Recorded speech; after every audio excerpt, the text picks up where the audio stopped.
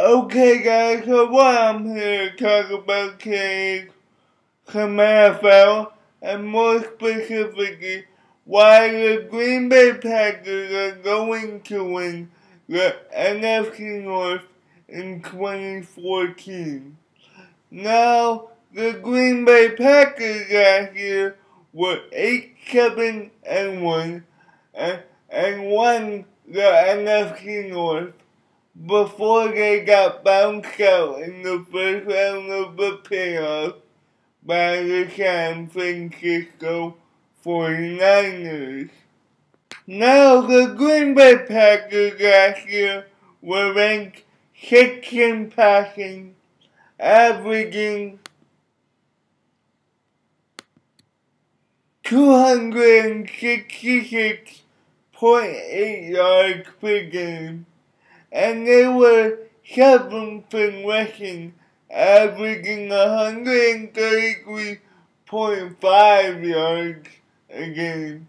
Now, going into this year, I see the Packers offense being just as balanced, because in order for the Green Bay Packers to have success long term during the 2014 season, Aaron Rodgers is gonna need time in the pocket to throw the football.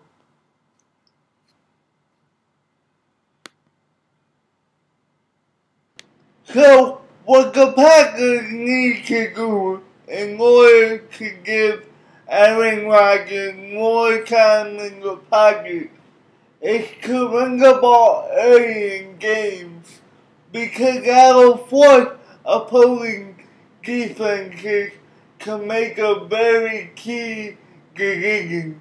Do we put 8 in the box and stop the run and let Aaron Rodgers pass the football as many times as he wants to, or do we put 8 people in coverage or stay to our defense and let A. run the football all over the field? Either way, it's a win-win for the Green Bay Packers, because most likely they're gonna elect to put extra people in coverage just because of the simple fact that Aaron Rodgers is so dangerous, and that'll open the door for A. to have some very, very big games. And as the season goes on, opposing defenses will have to question themselves about who do we really care about, Aaron Rodgers throwing the football or A. running the football and killing the clock in the process. Now, A. during the 2013 season ran the ball 284 times for 1,178 yards with 11 touchdowns, while also having 35 receptions for 257 yards. I expect similar stats from him. He'll get anywhere from 260 carries to 280. They'll have a balanced offense, like I said. He'll run for about 1,200 yards, something around there. But if they could get the running game going, like I said, this will help Aaron Rodgers in the long run, because he could pick apart the opposing secondary if he had more time. because cornerback can only cover wide receivers for a certain amount of time before they get fatigued. Now, Aaron Rodgers last year only played 9 games, and in those 9 games, he had a completion percentage of 66.6.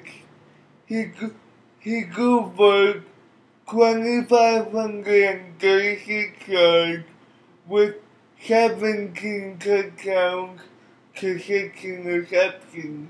Obviously, those stats will go up because I expect them to play as close to a full season as possible.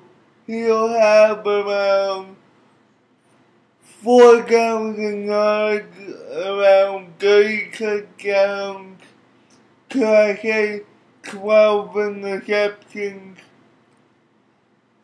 And if you look at the weapons that he has, his main 2 weapons are Jordy Nelson, who last year had 85 receptions for 1,314 yards with 8 touchdowns, and Randall Cobb, who last year only played 6 games and had 31 receptions for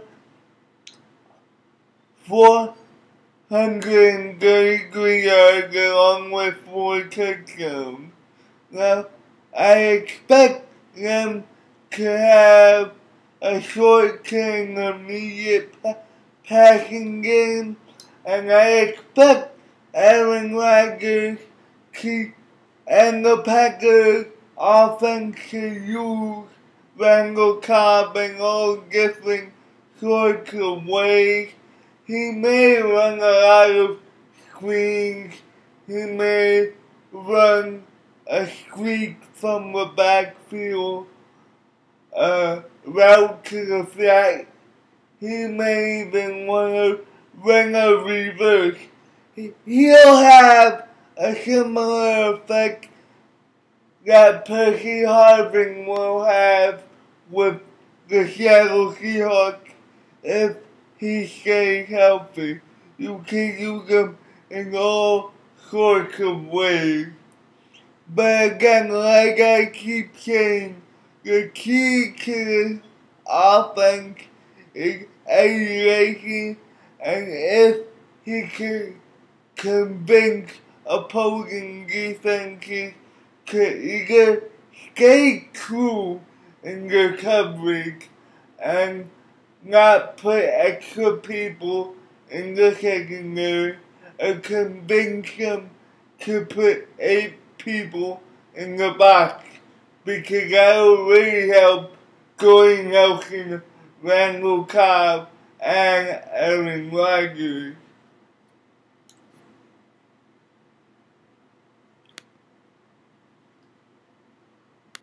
Now let's look at the Green Bay Packers defense. The Green Bay Packers defense was ranked 24th against the pass, allowing 247.3 passing yards per game, and they were ranked 25th against the run, allowing 125 rushing yards per game. Now, I see the passing defense improving, but in terms of the run defense, I see it getting worse, especially since they lost B.J. Raji, and now the only person who has proven that he can somewhat tackle and apply pressure to to the quarterback on the defensive line is Mike Daniels, who last year had 23 tackles with 6.5 sacks. Other than that, they have nobody who can tackle when the running game reaches the defensive line. They got Decone Jones, who last year had 3.5 sacks with 10 tackles, but he's not gonna be very good against the run. So I expect opposing offenses to run the football the majority of the game against the Packers because they know they could get through the first layer of the defense, which is the defensive line, and gain about 4 to 5 yards on every running play. And I expect opposing offenses to try to kill the clock in the process because they know Aaron Rodgers, Eddie Lacy, Jordan Nelson, and Randall Cobb on the other side waiting to get the ball back. So I see teams like the Minnesota Vikings and the Chicago Bears wanting to grind out games just to wear down the defensive line and the entire defense even more, and also to give less opportunities to Aaron Rodgers and that Green Bay Packers offense. Now, in terms of the pass defense, I see it improving, especially when it comes time to rushing the quarterback, just for the simple fact that now the Green Bay Packers added Julius Peppers, and while Julius Peppers isn't what he used to be, he's still a very, very productive player. In 16 games last year, he had 46 tackles with 7.5 sacks, 1 interception, 1 fumble, and 1 touchdown. I expect him and K. Matthews to send to be in a lot of linebacker blitzing situations, and they could get to the quarterback very, very easily, and that'll help the secondary a lot because that means that the quarterback will have less time to throw the football. As a result, the wide receivers won't get as open. Now, Clay Matthews last year in 11 games had 41 tackles with 7.5 sacks. If he could stay healthy for about 14 games, I really see him getting about 10 to 12 sacks and really making the quarterback throw the ball before he wants to.